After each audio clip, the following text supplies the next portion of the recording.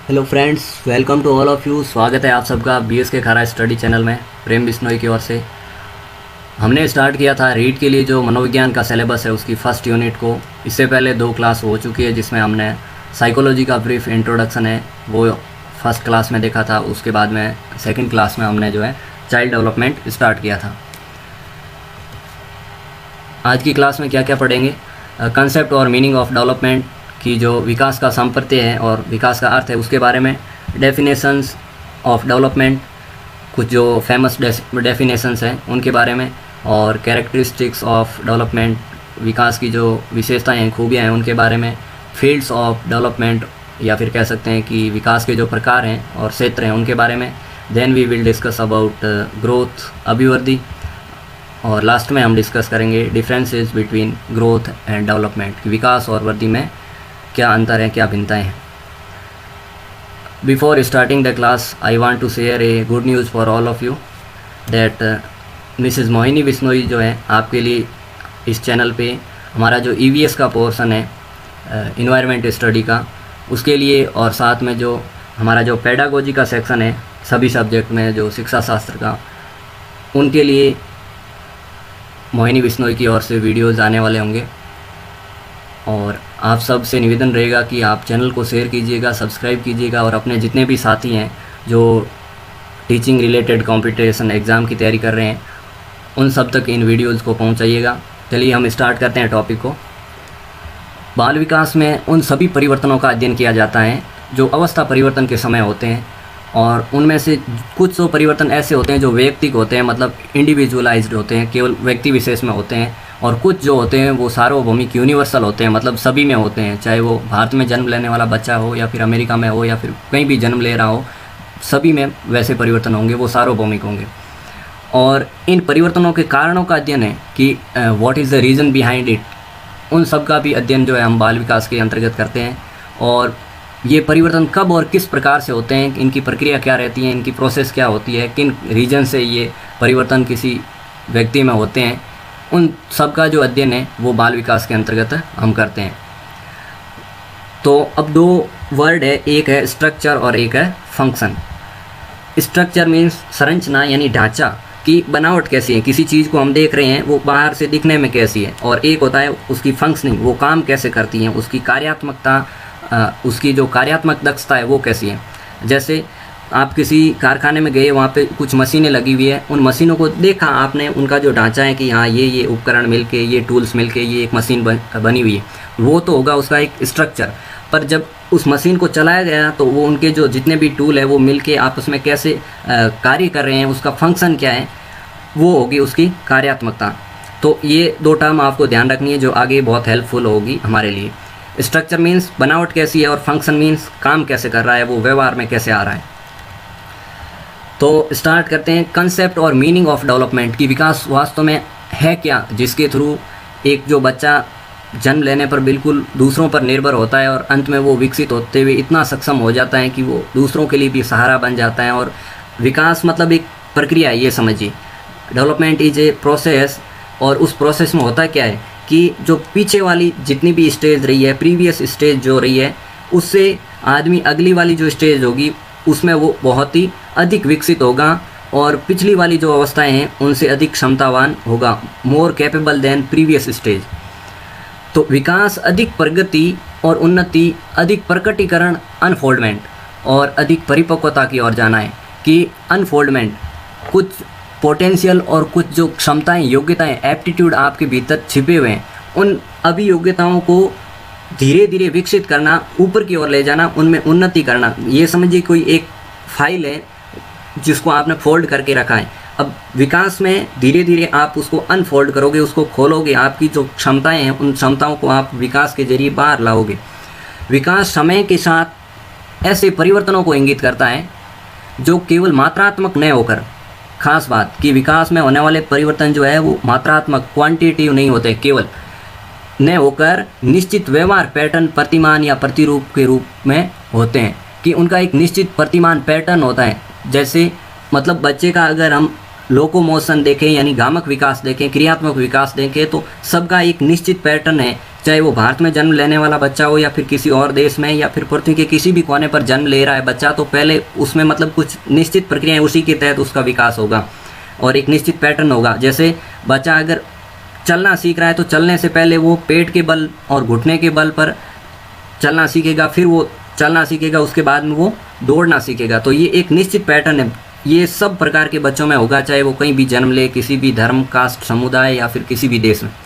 The term development refers various qualitative and quantitative changes taking place simultaneously. साथ में होते हैं ये परिवर्तन जो गुणात्मक भी हैं और साथ में मात्रात्मक भी हैं। With the changes to growth, वृद्धि के साथ में होने वाले ऐसे परिवर्तन जो क्वालिटेटिव भी होते हैं और क्वांटिटेटिव भी होते हैं, यानी गुणात्मक होते हैं और साथ में मात्रात्मक भी होते हैं, यानी उसको हम माप तोल भी सकते हैं। Development is progressive series of mannered and coherent changes.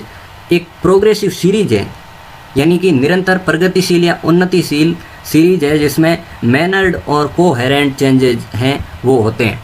कोहेरेंटेड मतलब सुसंगत, एकदम व्यवस्थित रूप से इनका एक निश्चित पैटर्न होगा, उसी पैटर्न के अकॉर्डिंग जो है ये डेवलपमेंट की प्रोसेस चलेगी। In the process of development new abilities and characteristic get manifested and there is a progressive changes in the behaviour of individual. क्या होगा? विकास होगा। तो विकास की प्रक्रिया में कि न्यू एबिलिटीज़, नई जो योग्यताएं हैं, और न्यू कैरेक्टरिस्टिक्स, नई विशेषताएं, गेट मैनिफेस्टेड, मैनिफेस्ट से बना है मैनिफेस्टेड। जैसे आपने सुना होगा मैनिफेस्टो, मतलब जो कोई पार्टी विशेष है चुनाव के समय अपना मैनिफेस्टो है वो डिक्लेयर करती है, यानी घोषणा पत्र। तो मैनिफेस्टेड यानी उजागर करती है, सामने लाती है। क्या सामने आता है विकास की प्रक्रिया में? New abilities and new characteristic, कि नवीन योग्यताएं और नवीन विशेषताएं एक आदमी के भीतर हैं, विकास की प्रक्रिया के जरिए आती है। और उससे होता क्या है? Changes in the behaviour of individual, किसी व्यक्ति विशेष के बिहेवियर में, उसके व्यवहार में बदलाव होता है। किसके थ्रू? डेवलपमेंट के थ्रू। तो खास बातें यही है कि विकास जो है वो केवल मात्रात्मक नहीं है, मात्रा के साथ में वो गुणात्मक भी है, साथ में इसमें नवीन विशेषताएं और नवीन योग्यताएं प्रकट होती हैं, और ये एक सुसंगत और व्यवस्थित पैटर्न पर आधारित होता है, और साथ में विकास के कारण व्यक्ति में व्यवहारात्मक बिहेवियरल चेंजेज आते हैं। विकास व्यक्ति की क्षमताओं को प्रकट होने, भाई उसके भीतर कुछ क्षमताएं होंगी, कुछ योग्यताएं होगी, कुछ कर गुजरने का मतलब उसमें विशेष प्रकार की दक्षता होगी। तो उन क्षमताओं को प्रकट होने और विस्तार देने, मतलब उनको और आगे विस्तृत करने में, उनको और ब्रॉड करने में के रूप में परिभाषित किया जा सकता है, जो उससे और अधिक कार्य करने में मदद करती है। कि भाई पहले जितना वो कर पाता था उससे वो और ज़्यादा करेगा जब वो क्या हो जाएगा? विकसित होगा, डेवलप होगा। तो ये खास बात है कि मतलब पिछली वाली जो प्रीवियस स्टेज जो भी होगी, जैसे मान लो बाल्यावस्था में है, बाल्यावस्था से किशोरावस्था में बच्चा जाएगा, तो बाल्यावस्था में उसकी जो नैतिक विकास था, उसका जो शारीरिक विकास था, उसका जो मानसिक विकास था, उससे आगे वाली जो स्टेज होगी उसमें वो और बेहतर होगा पीछे वाली अवस्था से। जैसे खेलों में अनिश्चित कार्रवाई से उसमें प्रवीणता लाना गामक योग्यता का विकास है। जैसे मतलब एक छोटे बच्चे को हम जब बैट बॉल से क्रिकेट खिलाने का प्रयास करते हैं तो वो मतलब बॉल को पूरे ऐसे शरीर से पकड़ने का प्रयास करता है, दोनों हाथों से पकड़ने का प्रयास करता है, पर वही बच्चा जब धीरे धीरे अवस्थाओं से विकसित होता चला जाता है तो एक दिन ऐसा भी आता है कि वो बॉल को बहुत आसानी से एक हाथ से कैच भी कर सकता है, थ्रो भी कर सकता है, वो बॉलिंग भी कर सकता है, वो बैटिंग भी कर सकता है। मतलब उसमें वो दक्षता, एफिशिएंसी आ गई है, प्रवीणता आ गई है। किसके कारण? विकास के कारण। वृद्धि और विकास दोनों ही प्रक्रियाएं एक दूसरे से अंतर संबंधित है, को रिलेटेड है, और अंतर निर्भर भी है, एक दूसरे पर निर्भर है, को डिपेंडेंट भी है। किसी व्यक्ति के व्यक्तित्व के विकास में इन दोनों के योगदान को विभेदीकृत कर पाना अत्यंत कठिन है। हम मतलब इनको एकदम डिफ्रेंशिएट नहीं कर सकते कि ये परिवर्तन वृद्धि के कारण हुए, ये परिवर्तन है विकास के कारण हुए। ये एक कॉम्प्लेक्स जो प्रोसेस है जिसमें ये परिवर्तन साथ साथ में होते हैं और साथ में जुड़े भी रहते हैं, को रिलेटेड भी है, को डिपेंडेंट भी है। अब कुछ डेफिनेशंस है जो कि बहुत फेमस है और हमारी जो RBSC की बुक है उसमें दी हुई है, उन पर डिस्कस करते हैं। और ये जो डेफिनेशन बहुत कम लाया हूँ, इनसे आपका जो मतलब कंसेप्ट है वो बहुत अच्छे से डेवलप होगा। भले ही आपको इनको याद मत रखो, पर इनको समझने का प्रयास करो कि कहना क्या चाह रहा है। हर्बर्ट सोरेनसन कह रहे हैं कि विकास का अभिप्राय परिपक्वता, मैच्योरिटी और कार्यपरक, अभी पीछे जो फर्स्ट शब्द हमने डिस्कस किया था कार्यपरक, यानी कि जो फंक्शनिंग मतलब कार्य करने की जो या फिर व्यवहार में लाने की जो योग्यता है। कार्यपरक सुधार की प्रक्रिया है। ध्यान देना, विकास एक प्रक्रिया है, किसी प्रकार की कोई घटना नहीं है, मतलब ये निरंतर चलती रहती है। एक प्रक्रिया है जो संरचना यानी ढांचा स्ट्रक्चर और स्वरूप यानी जो फंक्शनिंग है, काम करने की जो तरीका है, ढंग है, उसमें हो रहे गुणात्मक और साथ में परिमाणात्मक यानी क्वांटिटेटिव चेंजेस के फलस्वरूप होती है। विकास अभिवृद्धि की अपेक्षा गुणात्मक परिवर्तन का विशिष्ट द्योतक है। यानी कि विकास में गुण जो है वो ज़्यादा महत्वपूर्ण है कि व्यक्ति में नैतिक विकास कितना हुआ है, सामाजिक विकास कितना हुआ है, ये सब हम उसको जब वो फंक्शनिंग कर रहा है यानी कि लोगों के साथ में व्यवहार कर रहा है, वो अपने संवेगों पर नियंत्रण किस ढंग से रख पा रहा है, वो लोगों के साथ में इंटरेक्ट कैसे कर पा रहा है, ये चीज़ें जब हम उसको व्यवहार में लाते हुए देखेंगे, यानी कि ये जो गुण अपने जीवन में उतारेगा, तब हम देख पाएंगे कि मतलब उसका विकास किस हद तक हुआ है। तो विकास अभिवृद्धि की अपेक्षा गुणात्मक परिवर्तन का द्योतक है। तो इसको याद कैसे रखेंगे कि जो गुण वाले व्यक्ति होते हैं वो शोर नहीं करते हैं, तो गुणात्मक परिवर्तन शोरेंसन, शोर नहीं करने वालों में क्या होते हैं, गुण होते हैं। तो गुणात्मक परिवर्तन जो है वो ज़्यादा महत्वपूर्ण होते हैं विकास में रेदर देन ग्रोथ या फिर अभिवृद्धि। The meaning of development is process of maturity and improvement, हाँ सुधार लाना, on functioning which begin with the result of qualitative and quantitative changes in structure and form. Development is a typical sign of qualitative changes rather than growth, कि development एक विशिष्ट sign है या फिर उसका विशिष्ट निशानी कह सकते हो, पहचान कह सकते हो कि व्यक्ति का विकास हुआ है कि नहीं हुआ है, किसके जरिए, qualitative changes rather than growth. अगली परिभाषा और बहुत महत्वपूर्ण परिभाषा है ई.बी. हरलॉक के अनुसार, विकास अपेक्षाकृत वृद्धि होने तक सीमित नहीं होता अपितु ऐसे प्रगतिशील परिवर्तनों में निहित है। यानी कि वो कह रहे हैं कि विकास कोई अभिवृद्धि हो गई या फिर ग्रोथ हो गई तो वो विकास नहीं कहलाएगा, बल्कि विकास तो एक प्रगतिशील परिवर्तन है, यानी कि प्रोग्रेसिव चेंज है। ऐसे परिवर्तनों में निहित हैं जो परिपक्वता के लक्ष्य की ओर या फिर प्रौढ़ावस्था के लक्ष्य की ओर व्यवस्थित रूप से उन्मुख होते हैं, यानी कि एक निश्चित पैटर्न को फॉलो करते हैं और उनका जो मतलब लक्ष्य होता है व्यक्ति को मैच्योरेशन तक ले जाना। Growth is not limited to relatively incremental growth but it rooted in progressive changes that are systematically oriented towards a goal of maturity. Many new features and new abilities are evident in the person as a result of development. ये खास बात है, ये भी मतलब अलग से परिभाषा नहीं है, एक ही में शामिल है कि विकास के परिणाम स्वरूप व्यक्ति में नवीन विशेषताएं और नवीन योग्यताएं आती हैं। ये बात किसने कही थी, ई.बी. हरलॉक ने कही थी। और ये ऊपर जो हिंदी में लिखी है इतनी भी पूछी जा सकती है कि विकास अभिवृद्धि होने तक सीमित नहीं है अपितु प्रगतिशील परिवर्तन है, और ऐसे परिवर्तन है जो परिपक्वता के लक्ष्य की ओर एक व्यवस्थित रूप से आगे बढ़ते हैं और विकास के परिणाम स्वरूप व्यक्ति में नवीन विशेषताएं और नवीन योग्यताएं आती है। ये ई.बी. हरलॉक की है। अगला है गेसेल, विकास अभिवृद्धि की संप्रति की अपेक्षा अधिक व्यापक है। ये ब्रॉड मीनिंग रखता है डेवलपमेंट किसकी बजाय, अभिवृद्धि। इसका अवलोकन, 3 टर्म है, इन पे ध्यान देना। इसका अवलोकन यानी ऑब्जर्वेशन, मूल्यांकन इवोल्यूशन और कुछ सीमा तक मापन भी किया जा सकता है। ये बात कौन कह रहे हैं, गेसेल कह रहे हैं कि विकास की जो प्रक्रिया है उसका आप अवलोकन भी कर सकते हो, मूल्यांकन कर सकते हो, पर मापन सीधे तौर पर नहीं कर सकते, पर कुछ हद तक आप कर सकते हो। कौन कौन से 3 रूपों में, एक तो शरीर रचनात्मक अभी पढ़ा था ना कि स्ट्रक्चर, ढांचा कैसा है, बनावट कैसी है, मतलब हाइट कितनी है, साइज कितनी है, वेट कितना है, ये। और शरीर क्रिया विज्ञानात्मक यानी कि फंक्शनिंग क्या है, वो मतलब समाज में व्यवहार कैसा करता है, उसका नैतिक व्यवहार कैसा है, उसका चाल चलन हम कहते हैं ना सामान्य शब्दों में, वो कैसा है। और साथ में व्यवहारात्मक कि उसका बिहेवियर कैसा है। और लास्ट में खास बात कि व्यवहारात्मक संकेत ही विकास के सर्वाधिक परिचायक होते हैं, कि व्यवहार में क्या बदलाव आया वो सबसे ज़्यादा महत्वपूर्ण है विकास को पहचानने में, विकास की जो पहचान है वो करने में।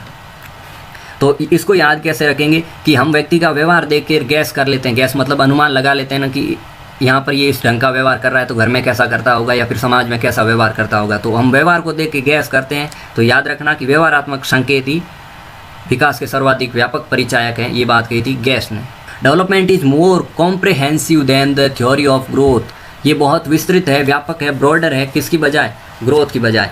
इट कैन बी ऑब्जर्व्ड, इसको ऑब्जर्व भी कर सकते हैं, इवोल्यूटेड भी कर सकते हैं, और इसको जो है कुछ हद तक हम मेजर भी कर सकते हैं, मापन भी कर सकते हैं। 3 ये शब्द भी याद रख सकते हो कि विकास का अवलोकन, मूल्यांकन और मापन किया जा सकता है, और व्यवहार में परिवर्तन ही विकास का सर्वाधिक व्यापक परिचायक है। Gesell, behaviour science are the most comprehensive indicator of development. फिर अगली परिभाषा है ईरा गॉर्डन की। व्यक्ति का विकास एक ऐसी प्रक्रिया है, खास बात ये प्रक्रिया है जिसका प्रारंभ जन्म के समय से हो जाता है और वह तब तक चलती है। ये प्रक्रिया निरंतर चलती है, कब तक? जब तक व्यक्ति पूर्णता को प्राप्त नहीं कर लेता। दूसरे शब्दों में हम कह सकते हैं कि विकास व्यक्ति के अधिकतम संगठन और एकीकरण की पूर्णता की प्रक्रिया है, कंप्लीटनेस की प्रोसेस है ये। तो पूर्ण आप और हम कोई नहीं है, हम सब अधूरे ईश्वर पूरे, गॉड पूरे हैं, यानी कि परिपूर्ण तो एक ईश्वर ही है, परमात्मा ही है। तो पूर्णता की बात कौन करता है विकास को लेकर के? गॉर्डन कर रहा है।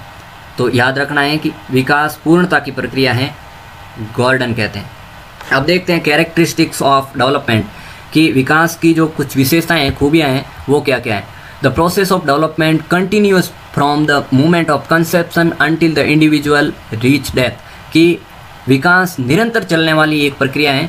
और ये कब से शुरू हो जाती है? कंसेप्शन यानी कि गर्भाधान, जब से बच्चा माँ की कोख में आता है तब से ये मृत्यु पर्यंत चलती रहती हैं। यानी कि विकास एक निरंतर चलने वाली प्रक्रिया है कि व्यक्ति निरंतर, मतलब पीछे वाली जो अवस्था है उससे बेहतर होने का प्रयास करता है, और जीवन जब तक उसका पूर्ण नहीं हो जाता तब तक वो विकसित होता रहता है।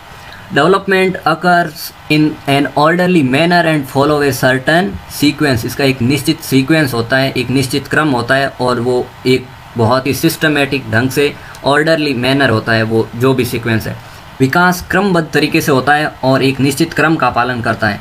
अब निश्चित क्रम हम किसी भी रूप में देख सकते हैं, जैसे भाषा का सीखना है तो वो भी एक निश्चित प्रक्रिया में होगा। LSRW भाषा के जो कौशल है कि सबसे पहले बच्चा सुनेगा, फिर वो बोलने का प्रयास करेगा, बोलने में जब सक्षम हो जाएगा तब वो है पढ़ने का प्रयास करेगा, पढ़ेगा तब वो लिखेगा। तो ये भी एक निश्चित क्रम हो गया।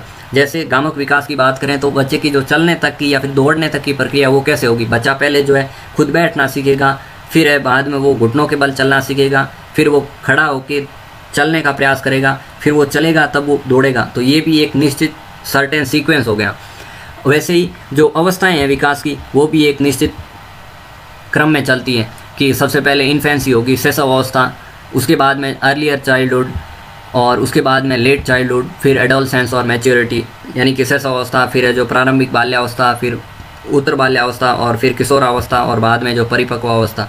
ये मतलब आगे पीछे नहीं हो सकती। ऐसा कभी नहीं होता है कि एक जो व्यक्ति पहले मैच्योर हो गया फिर वो एक बच्चे की तरह हो गया। बच्चा है तो बच्चे के बाद में वो बाल्यावस्था में आएगा, फिर किशोर, और फिर उसके बाद में वो मैच्योर होगा, परिपक्व अवस्था में आएगा। Development is both qualitative and quantitative. As the child grow physically he also develop the qualitative aspects of his personality, कि विकास गुणात्मक और मात्रात्मक दोनों हैं। जब बच्चा शारीरिक रूप से विकसित होगा तो निश्चित रूप से वह गुणात्मक रूप से भी विकसित होगा, यानी जब उसका शरीर विकास करेगा तो जाहिर सी बात है कि उसका मानसिक विकास है वो भी होगा, साथ में वो समाज में लोगों के साथ में जुड़ेगा तो उसका सामाजिक विकास भी होगा, और साथ में वो जो है नैतिक विकास भी कर पाएगा। तो ये सभी चीज़ें एक दूसरे से जुड़ी हुई हैं, और these two aspects are inseparable, यानी कि क्वालिटेटिव परिवर्तन भी साथ ही में होंगे और क्वांटिटेटिव परिवर्तन है वो भी एक साथ ही होंगे। Growth and development is very complex phenomena. It is affected by a number of factors, example physical, intelligence, sex, environment, heredity, etc. कि विकास एक जटिल प्रक्रिया है और इन पर मतलब बहुत सारे कारकों का, बहुत सारे जो फैक्टर हैं उनका इफेक्ट पड़ता है, और वो फैक्टर बहुत सारे हो सकते हैं। वो इन्वायरमेंट हो सकता है, वो उसका लिंग हो सकता है, वो उसकी जो बुद्धिमत्ता हो सकती है, वो उसका शारीरिक विकास हो सकता है। तो ये सभी एक दूसरे से इतने मतलब जटिल रूप में जुड़े हुए हैं कि उन सबको अलग अलग बिल्कुल कर पाना बहुत मुश्किल है। विकास के क्षेत्र या विकास के प्रकार कौन कौन से हैं? टाइप्स ऑफ डेवलपमेंट, ये 4 प्रकार है मुख्य रूप से, केवल और केवल ये 4 प्रकार है। ये क्वेश्चन पूछा भी गया है कि विकास के कौन कौन से फील्ड है, कौन कौन से क्षेत्र है, तो ये 4 मानने, इसके अलावा भी है पर मुख्य रूप से ये 4 ही है। फिजिकल डेवलपमेंट या फिर जिसको गामक विकास या फिर लोकोमोटिव डेवलपमेंट भी कह सकते हैं। शारीरिक विकास, क्रियात्मक विकास या गामक विकास। It is most recognised and observable change in the life of a child.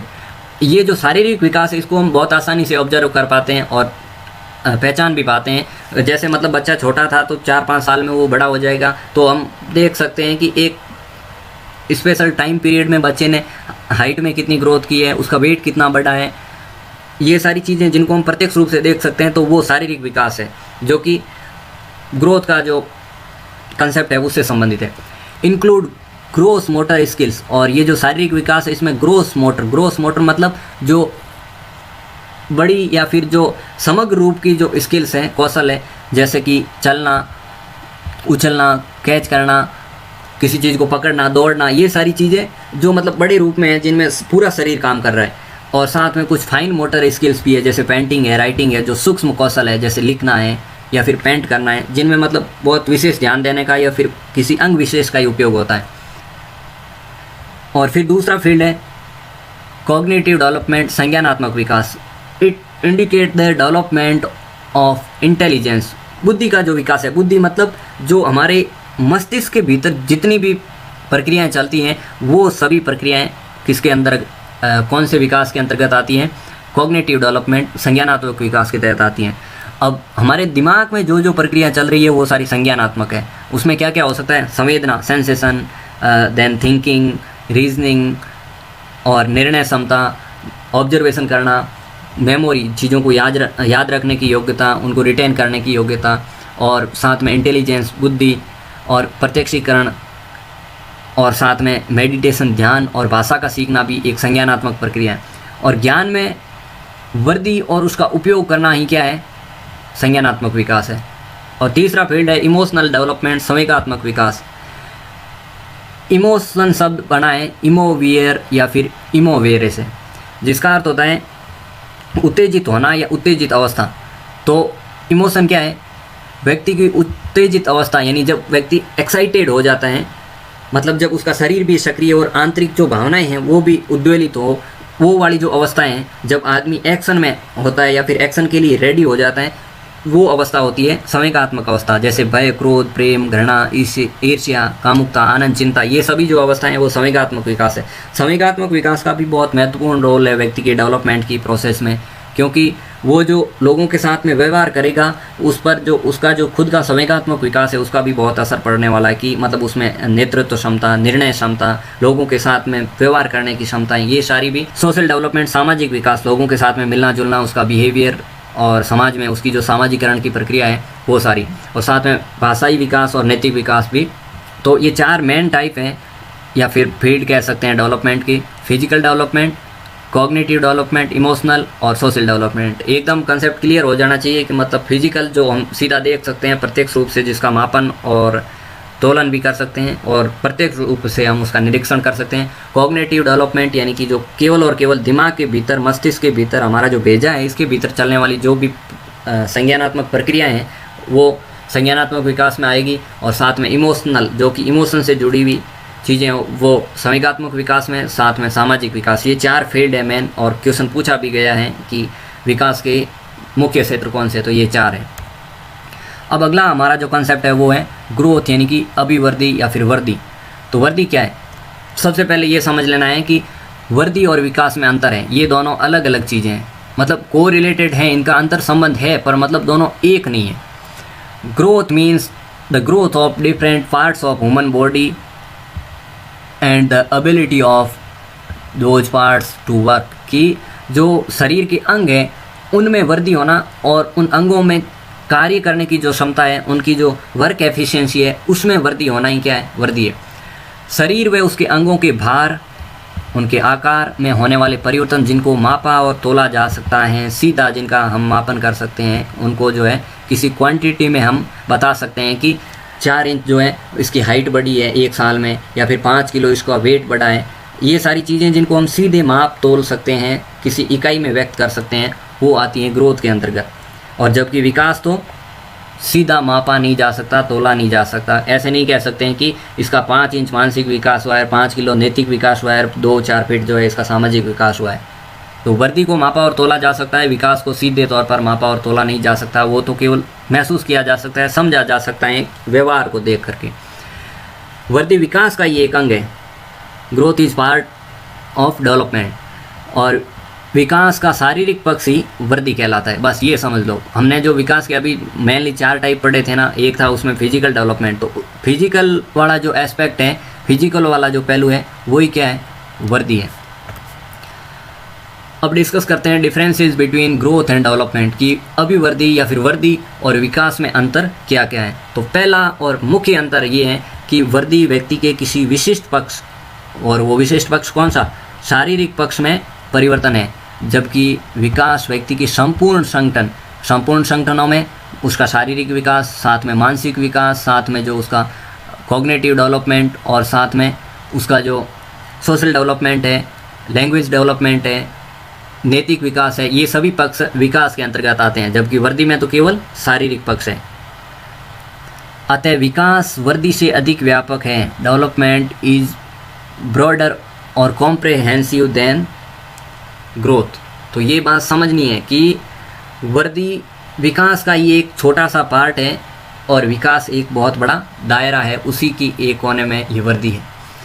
वृद्धि व्यक्ति के जीवन काल के एक निश्चित समय तक ही होती है, और वो निश्चित समय कौन सा, जब तक परिपक्व अवस्था नहीं आ जाती तब तक है वृद्धि होती है, और उसके बाद में वृद्धि है रुक जाती है। परंतु विकास जीवन पर्यंत लाइफ टाइम चलने वाली एक क्रमिक और प्रगतिशील श्रृंखला है, मतलब निरंतर चलती है और प्रगतिशील है, उन्नति देती है, पीछे वाली अवस्थाओं से बेहतर बनाती है और एक निश्चित क्रम में चलने वाली है। तो ये खास बात ध्यान देनी है कि विकास सार्थक वृद्धि के अभाव में भी संभव है। अगर वृद्धि नहीं हुई है तो भी विकास हो सकता है। जैसे किसी का शारीरिक विकास नहीं हुआ है, जैसे बौना आदमी है, तो उसका मानसिक विकास तो होगा ही, उसका जो सामाजिक विकास तो होगा ही, भले ही उसका शारीरिक विकास नहीं हुआ हो, तो वृद्धि के बिना भी विकास संभव है।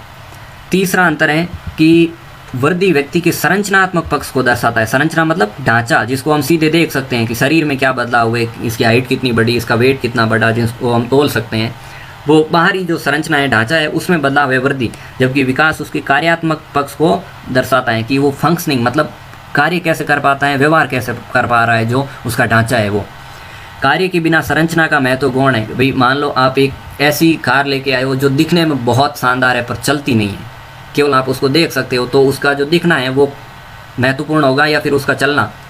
तो संरचना का उतना महत्व नहीं है जब तक वो कार्य करने में सक्षम नहीं हो।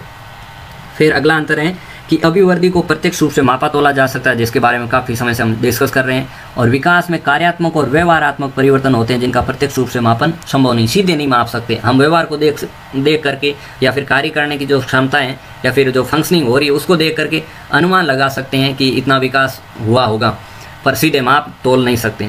वृद्धि विकास का ये एक अंग है। सीधे शब्दों में विकास का शारीरिक पक्ष क्या कहलाता है, अभिवृद्धि कहलाता है। विकास एक व्यापक और विस्तृत दायरा है जिसमें व्यक्ति के संपूर्ण बदलाव सम्मिलित होते हैं, चाहे वो संज्ञानात्मक हो, मानसिक हो, सामाजिक हो, भाषाई हो, नैतिक हो, सभी प्रकार का जो बदलाव है वो होगा विकास, और केवल एक शारीरिक पक्ष हो वो होगा वृद्धि। अभिवृद्धि के परिवर्तन विवृद्धि सूचक या फिर रचनात्मक कंस्ट्रक्टिव चेंजेज होते हैं, और विकास के परिवर्तन विवृद्धि सूचक तो होते ही हैं, साथ में हास सूचक यानी डिक्लाइन करने वाले होते हैं। इसको समझते हैं अच्छे से कि वृद्धि तब तक होती है जब तक आदमी मैच्योर नहीं हो जाता, परिपक्व नहीं हो जाता, यानी कि किशोरावस्था तक। और विकास तो जीवन पर्यंत चलता रहता है, ये बात हमने पढ़ी थी। तो जब बच्चा बिल्कुल छोटा होता है, शैशव अवस्था से वो किशोरावस्था तक उसके शारीरिक विकास में पूर्णता नहीं आ जाती, तब तक उसकी वृद्धि होती रहती है, यानी कि उसकी हाइट बढ़ती है, उसका जो वेट बढ़ता है, उसकी जो साइज है उसमें वृद्धि होती है। तो ये तो अवस्था हुई कि जब व्यक्ति का शरीर कंस्ट्रक्ट हुआ, किसके थ्रू, ग्रोथ के थ्रू। पर अब जो उसकी जो एडल्ट एज है, मैच्योरिटी के बाद में उसकी जो अधेड़ अवस्था है, बुढ़ापा है, उसमें व्यक्ति का धीरे धीरे क्षय होने लगता है, वो डिक्लाइन होने लगता है, यानी कि उसका जो शारीरिक विकास है वो भी बिल्कुल बंद हो जाता है। किसके बाद में, जो उसकी मैच्योरेशन की अवस्था थी उसके बाद में। और उसका जो मानसिक विकास है वो भी क्षीण हो जाता है। जैसे हमारे सीधी कहावत है ना कि साटी बुद्धि नाटी, और उसका जो शरीर है वो भी झुक सा जाता है। मतलब ये वाली अवस्था हो जाती है जैसे एक फूल धीरे धीरे खिलता है, तो खिलने तक की अवस्था है वो ग्रोथ तक चलेगी, यानी ग्रोथ कब तक चलेगी, मैच्योरेशन तक। और उसके बाद में धीरे धीरे आदमी मुरझाना शुरू हो जाता है। तो वो परिवर्तन तो निरंतर होते चले जाएंगे, वो विकास में हम काउंट करेंगे, और ऐसे परिवर्तन होते हैं हास सूचक। अगला इनमें जो परिवर्तन है वो है कि अभिवृद्धि परिपक्व अवस्था तक चलती है, जबकि विकास जीवन पर चलता है। अभिवृद्धि की कोई निश्चित दिशा नहीं होती, जबकि विकास एक निश्चित दिशा में होता है। तो विकास की कुछ निश्चित दिशाएं होती हैं जो हम आगे वाले जो वीडियोज़ होंगे उनमें पढ़ेंगे कि विकास सिर से पैर की ओर होता है, जिसको हम सिफेलोकॉर्डल कहते हैं। विकास जो है भीतर से बाहर की ओर या फिर अंदर से बाहर की ओर होता है, जिसको हम प्रॉक्सिमोडिस्टल कहते हैं। फिर वृद्धि जो है संकुचित अर्थ में हम प्रयोग करते हैं, जबकि विकास व्यापक अर्थ में प्रयोग किया जाता है। अभिवृद्धि का स्वरूप बाहरी होता है, जिसको हम केवल देख सकते हैं, सीधा माप सकते हैं और हम बता सकते हैं कि ये जो एक सर्टेन टाइम पीरियड था इसमें व्यक्ति की जो है हाइट इतनी बड़ी है या फिर वेट इतना बड़ा है। परंतु विकास जो होता है वो आंतरिक और बाहरी स्वरूप दोनों लिए होता है। बाहरी क्यों होगा? क्योंकि उसमें वृद्धि शामिल होती है। वृद्धि एक पक्षी है। कौन सा एक पक्ष? शारीरिक पक्ष। जबकि ये बहुपक्षी हैं, मतलब इसमें जो है सभी फैक्टर आ जाते हैं। वृद्धि का संबंध केवल आकार बढ़ने से, आकार नहीं आकार बढ़ने से, साइज बढ़ने से है, जबकि विकास का संबंध सभी प्रकार के परिवर्तन है, चाहे नैतिक हो, शारीरिक हो, सामाजिक हो, संवेगात्मक हो। और वृद्धि किसी अवस्था विशेष के बाद में रुक जाती है। अवस्था विशेष कौन सी? जो मैच्योरेशन है, परिपक्व अवस्था है, उसके बाद में। परंतु विकास जीवन भर चलने वाली प्रक्रिया है। और आखिरी इनका जो अंतर है वो ये है कि इसकी कोई निश्चित क्रम नहीं होता, कोई एक निश्चित अरेंजमेंट या सीक्वेंस नहीं होता, जबकि विकास का एक निश्चित क्रम होता है। जैसे मतलब पहले शैशवावस्था आएगी, उसके बाद में जो बाल्यावस्था आएगी, किशोरावस्था आएगी, देन जो एडल्ट एज है वो आएगी। परंतु वृद्धि का कोई निश्चित क्रम या फिर सीक्वेंस अरेंजमेंट नहीं है। अंत में संक्षेप में कहें तो विकास क्या है? विकास गुणात्मक परिवर्तन है जो व्यक्ति के व्यक्तित्व के विभिन्न पक्ष, सभी पक्ष, शारीरिक, मानसिक, सामाजिक, संवेगात्मक को समर्थता और विस्तार देता है। यानी कि ये जितने भी पक्ष हैं उनमें उसमें कुछ खास करने की योग्यता होती है, उनको वो समर्थ बनाता है, जितनी भी योग्यताएं थी उनको वो प्रकट करता है और साथ में विस्तार देता है, यानी कि पीछे वाली अवस्था से और अधिक उन्नत बनाता है। आखिर में हरलॉक की जो परिभाषा है उसको देख लेते हैं कि विकास अभिवृद्धि तक सीमित नहीं है, इसके बजाय इसमें प्रौढ़ावस्था की और परिवर्तनों का एक प्रगतिशील क्रम निहित रहता है। विकास के फलस्वरूप व्यक्ति में नवीन विशेषताएं और नवीन योग्यताएं प्रकट होती हैं। तो थोड़ा रिकैप कर लेते हैं क्या क्या हमने पढ़ा था। सबसे पहले हमने स्टार्ट किया था कि कंसेप्ट और मीनिंग ऑफ डेवलपमेंट। तो ये अधिक अनफोल्डमेंट है और पीछे वाली जो अवस्थाएं हैं उससे व्यक्ति को अधिक प्रगतिवान और उन्नतिशील बनाता है। विकास समय के साथ ऐसे परिवर्तनों को इंगित करता है जो केवल मात्रात्मक नहीं है बल्कि व्यवहारात्मक भी है, साथ में गुणात्मक भी है। और वे सारे जो परिवर्तन है वो एक निश्चित पैटर्न, प्रतिमान या प्रतिरूप के रूप में होते हैं। विकास व्यक्ति की क्षमताओं को प्रकट होने और उसको विस्तार देने की प्रक्रिया है, और ये जो उसके क्षमताओं और योग्यताओं को और अधिक विस्तार देने के परिणाम स्वरूप उसकी कार्य करने में अधिक मदद करती है। और साथ में वृद्धि और विकास एक दूसरे से को रिलेटेड है और को डिपेंडेंट भी है। हर्बर्ट सोरेनसन की गुण जिसमें भी होता है वो शोर नहीं करता है। तो ये बात याद रखनी है कि विकास अभिवृद्धि की अपेक्षा गुणात्मक परिवर्तन का विशिष्ट द्योतक है। और हरलॉक की तो अभी पढ़ी थी। गैसेल, हम गैस कर लेते हैं किसी के व्यवहार को देखकर, तो गैसेल कह रहे हैं कि व्यवहारात्मक संकेत ही विकास के सर्वाधिक व्यापक परिचायक होते हैं। हम किसी एक जो है व्यवहार को देख कर उसको ही संकेत मानते हुए पूरे का हम गैस कर लेते हैं, अनुमान लगा ही लेते हैं ना। और पूर्ण कोई नहीं है, पूर्ण केवल गॉड है। तो विकास व्यक्ति के अधिकतम संगठन और एकीकरण की पूर्णता की प्रक्रिया, ये बात कह रहे हैं इरा गॉर्डन।